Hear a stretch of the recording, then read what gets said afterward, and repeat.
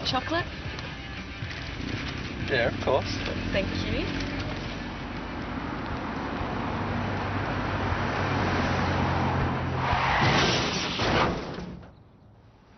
Do you have any idea what happens to you in a crash when you're not wearing a seatbelt, even at as little as 50 kilometres an hour?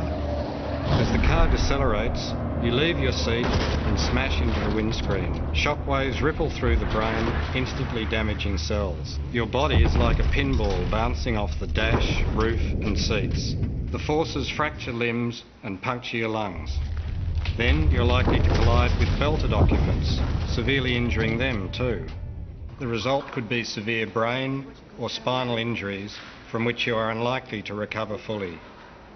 Why would you ever get into a car without putting on a seatbelt?